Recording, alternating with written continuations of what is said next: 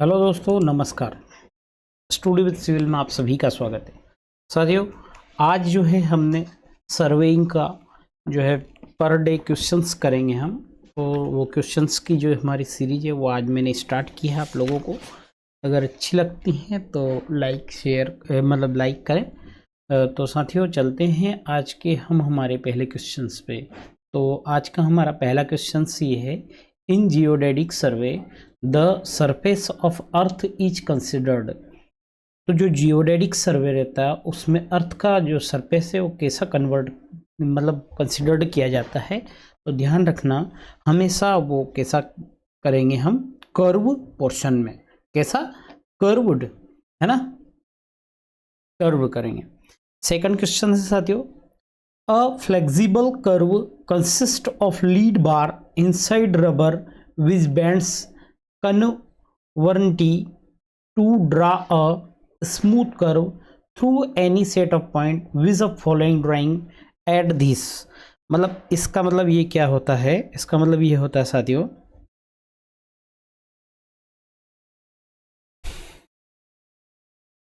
तो ये क्या कहलाता है हमारा कि ऐसा जो है जिसमें बार भी रहेगी, इनसाइड में अंदर क्या रहती है, बार के जो अंदर क्या होती है, बार के अंदर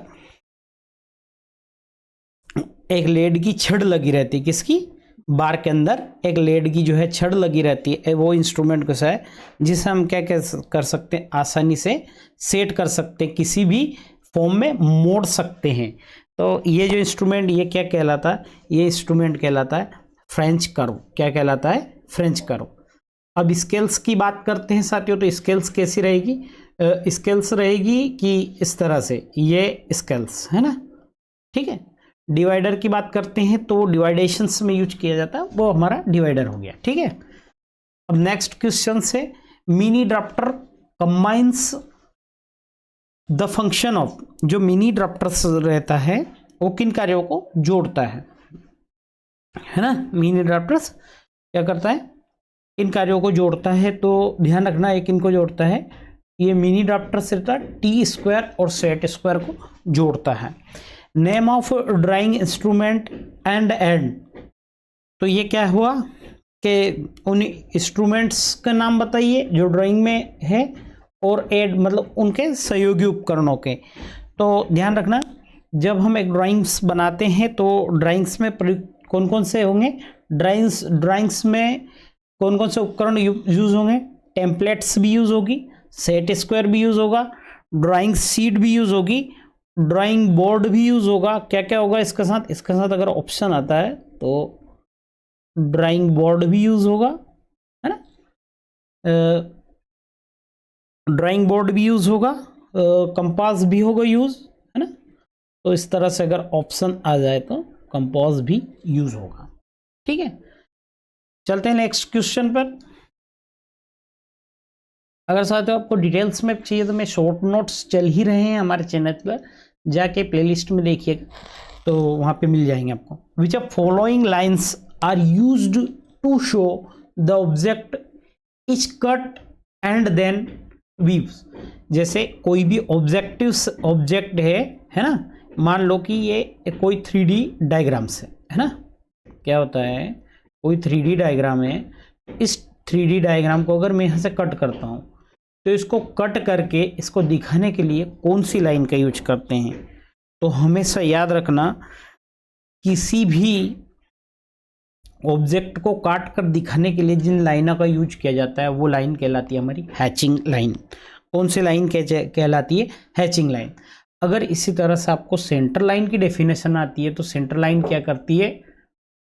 cut into two equal part. अगर कोई लाइन है और अगर वो कट करती है ना, तो क्या कहलाती है?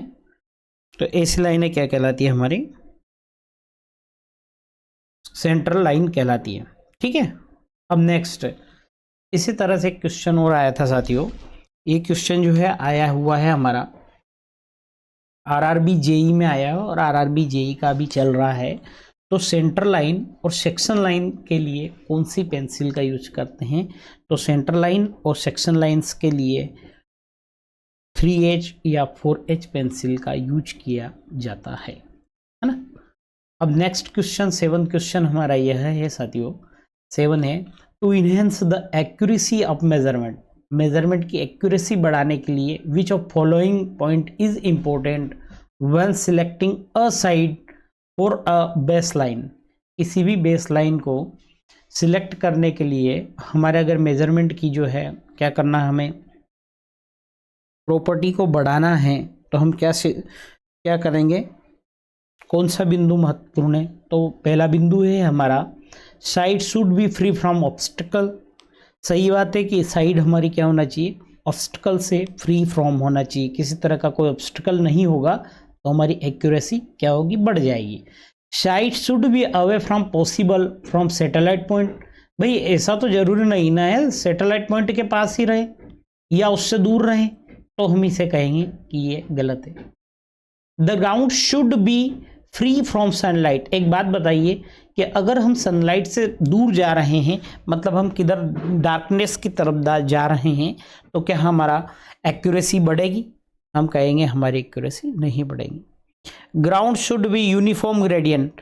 ऐसा जरूरी नहीं ना कि यूनिफॉर्म ग्रेडियंट ही मिले, क्योंकि सर्वे तो हम उबड़ खाबड़ जगह में करना पड़ेगा, हमें किसी भी तरह में सर्वे करना चाहिए। तो मोस्ट एप्रोप्रिएट जो आंसर होगा हमारा वो होगा side should be free from obstacle, है ना।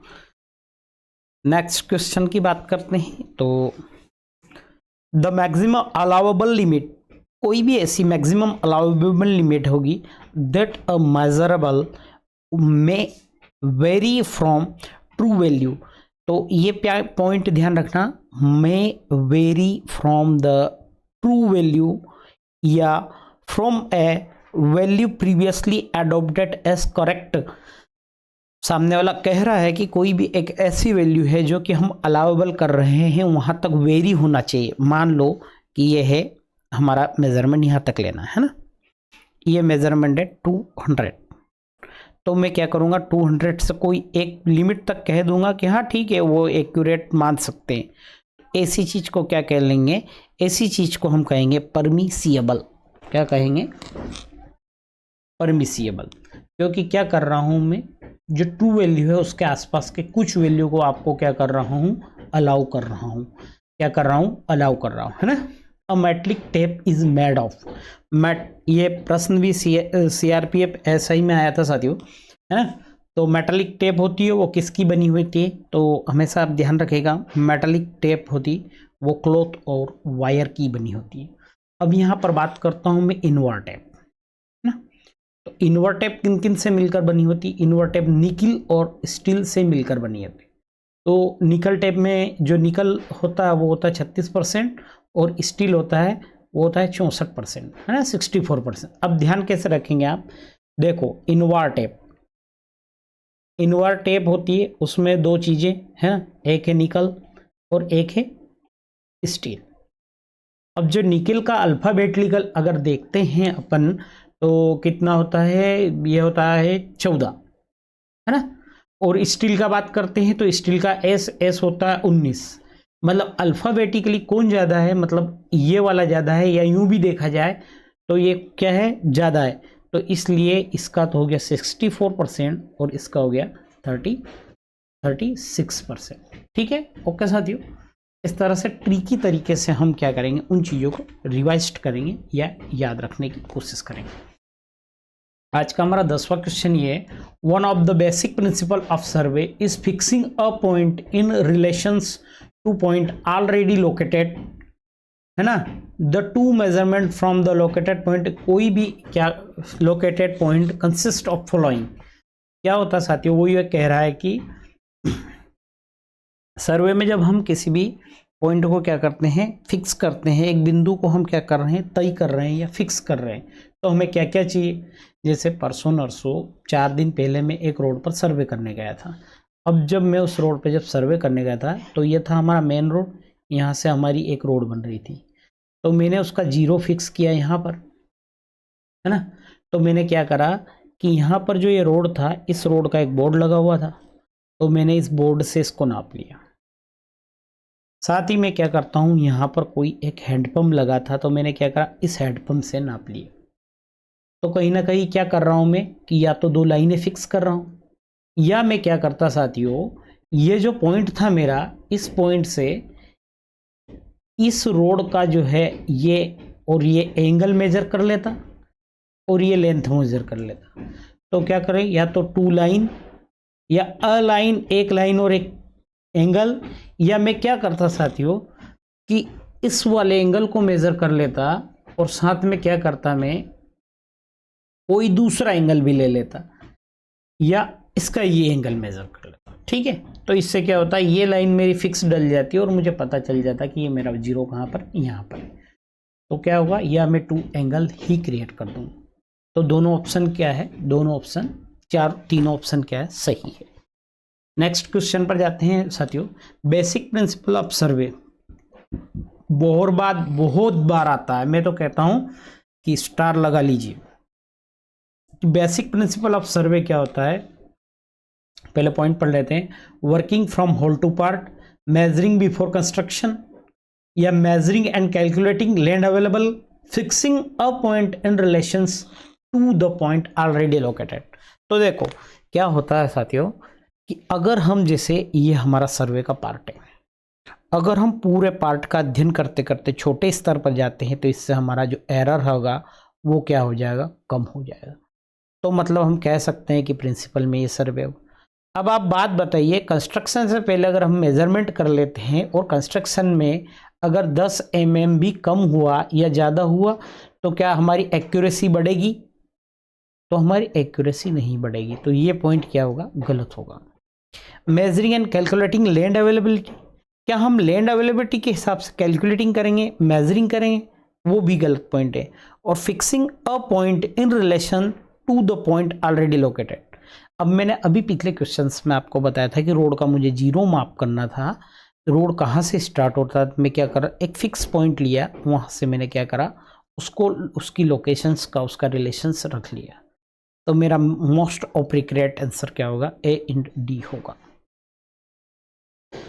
साथियों मैं 20 क्वेश्चंस करवाऊंगा, उसके बाद फिर 20 क्वेश्चंस हम अगले सेशन में रखेंगे। एक दो दिन में मैं आपको सर्वे के जो शॉर्ट नोट्स है वो कंप्लीट करवा दूंगा, है ना।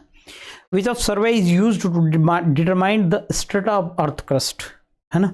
अर्थ के क्रस्ट का जो के लिए कौन सा सर्वे यूज करते हैं, है ना। अब आप एक बात बताइए, मिलिट्री सर्वे जो होगा किसके लिए, मिलिट्री पर्पस के लिए यूज होगा। किसके लिए होगा, मिलिट्री पर्पस के लिए, है ना। तो युद्ध वगैरह जब माइंस करेंगे तो माइंस में हम क्या करते हैं, माइंस में स्ट्रेटा का, कोल माइंस का, या एनी प्रकार के जो हमारे अवेलेबिलिटी ऑफ मिनरल्स है, तो इनका हम कहाँ पर अध्ययन करेंगे, वो माइंस में करेंगे, है ना। जब हम जियोलॉजिकल कोल वगैरह का अध्ययन करेंगे, और कोल्स माइंस मिनरल्स का अध्ययन करेंगे हम, एनी तरह की अवेलेबिलिटी होगी, है। जब हम सॉइल्स में जियोलॉजिकल सर्वे में क्या करते हैं, हम जियोलॉजिकल सर्वे में सॉइल का, स्ट्रेटा का, इस तरह के अध्ययन करते हैं हम। मतलब हमारे अर्थ के, और इंजीनियरिंग सर्वे में क्या करते हैं हम, रोड का, ब्रिज का, कंस्ट्रक्शन के वर्क का क्या करते हैं, हम अध्ययन करते हैं, है। किसका अध्ययन करेंगे, रोड, ब्रिज और कंस्ट्रक्शन का। तो हमारा बेस्ट ऑप्शन हो जाएगा सी। 1 स्क्वायर यार्ड के बराबर कितना फीट होता है? तो साथियों आप हमेशा ध्यान रखना, जो हमारा 1 स्क्वायर यार्ड होगा वो हमेशा 9 स्क्वायर फीट के बराबर होगा, है ना। जब हम बात करते हैं 1 मीटर स्क्वायर कितने बराबर होता है, तो 1 स्क्वायर मीटर 1.196 जो गेज स्क्वायर के बराबर होता है। तो यहाँ से ये क्वेश्चन हरियाणा एसएससी जेई में आया था, है ना। 14th क्वेश्चन ये साथियों, different types of error is given. Natural error है तो वो विच नेचुरल, ग्रॉस, सिस्टमेटिक और रैंडम। तो कौन सा इरोर जो होगा रिप्रेजेंट इरोर इन सर्वे, सर्वे में कौन सा इरोर रिप्रेजेंटिंग कर रहा है। तो साथियों ध्यान रखना है ना। देखो नेचुरल इरोर भी सर्वे में हो सकता है, कोई ग्राउंड में इरोर हो, किस तरह का इरोर है ना। ग्रोस इरोर भी सर्वे में हो सकता है, ग्रोस इरोर का मतलब इकट्ठे होते जाना। और क्या है साथ में सिस्टमेटिक इरोर, सिस्टमेटिक इरोर ऐसे इरोर रहते हैं जो सिस्टमेटिक तरीके से चलते रहते हैं, जैसे 1 सेंटीमीटर यहाँ पर हुआ, फिर 1 सेंटीमीटर यहाँ पर हुआ, 1 सेंटीमीटर यहाँ पर हुआ, 1 सेंटीमीटर, इस तरह से। रैंडम इरोर में क्या होता है साथियों, रैंडम में कभी प्लस आया है कभी माइनस आया है, इस तरह से वो क्या हो जाता है, अपने आप में खत्म हो जाता है। तो जो हमारे फर्स्ट सेकंड और थर्ड जो इरोर होंगे, मतलब ऑप्शन बी हमारा करेक्ट आंसर होगा, है ना। नेक्स्ट क्वेश्चन पर चलते हैं साथियों। नेक्स्ट क्वेश्चन है हमारा द एब्रिविएशंस ऑफ ड्राइंग, मतलब ड्राइंग को किस तरह से शो किया जाता है। जैसे किसी भी फाइल को, जैसे go.in, गवर्नमेंट go.in, तो ये किसकी साइड से हो गई, गवर्नमेंट की। इस तरह से ड्राइंग का रिप्रेजेंटेशन किस तरह से किया जाता है। तो हमेशा याद रखना ड्राइंग का रिप्रेजेंटेशन किया जाता है DRG कैपिटल्स में। RF of 2 centimetre a metre, 2 centimetre का RF मीटर के फॉर्म में मुझे निकालना है। RF का फुल फॉर्म होता है रिप्रेजेंटेटिव फैक्टर, है ना। क्या होता है रिप्रेजेंटेटिव फैक्टर। तो RF कैसे निकालते हैं साथियों, ये लिखा मैंने 2 सेंटीमीटर, 1 मीटर में कितने सेंटीमीटर होते हैं, 1000 सेंटीमीटर। सेंटीमीटर से सेंटीमीटर कैंसिल, 2 से 2 1 जा 2 2 5, 1/50 क्या हुआ 1/50, 1/50 कौन सा आंसर है मेरा, सी, जो कि सही आंसर। अब नेक्स्ट क्वेश्चन पे चलते हैं साथियों। 1 स्क्वायर मीटर बराबर कितने यार्ड होते हैं, तो मैं अभी पढ़ा चुका हूँ। 1 स्क्वायर मीटर बराबर होता है 1.196 यार्ड। अब अगला क्वेश्चन ये है, the survey in which curvature of earth is ignored, ऐसा सर्वे जिसमें अर्थ के कर्वेचर को हम क्या करते हैं, अर्थ के कर्वेचर को इग्नोर कर देते हैं, ऐसा सर्वे कहलाता है प्लेन सर्वे। कौन सा सर्वे कहलाएगा ऐसा, प्लेन सर्वे। क्या कहलाएगा साथियों, प्लेन सर्वे, सॉरी चलो, ऐसा सर्वे कहलाएगा प्लेन सर्वे, है ना। और ऐसा सर्वे जिसमें अर्थ का कर्वेचर क्या करते हैं, अर्थ के कर्वेचर को क्या करते हैं, इंक्लूड करते हैं, क्या करते हैं, इंक्लूड करते हैं, ऐसा सर्वे क्या कहलाता है हमारा, जियोडेटिक सर्वे, है ना। अर्थ के और अर्थ का जो शेप है कर्वे, अर्थ का सर जो शेप है कैसा लिया हमने, जियोडेटिक। जियोडेटिक का मतलब ये होता है न तो गोल है न ही किसी एंगल्स पे, है ना। तो ऐसे को क्या कहते हैं, जियोडेटिक कहते हैं।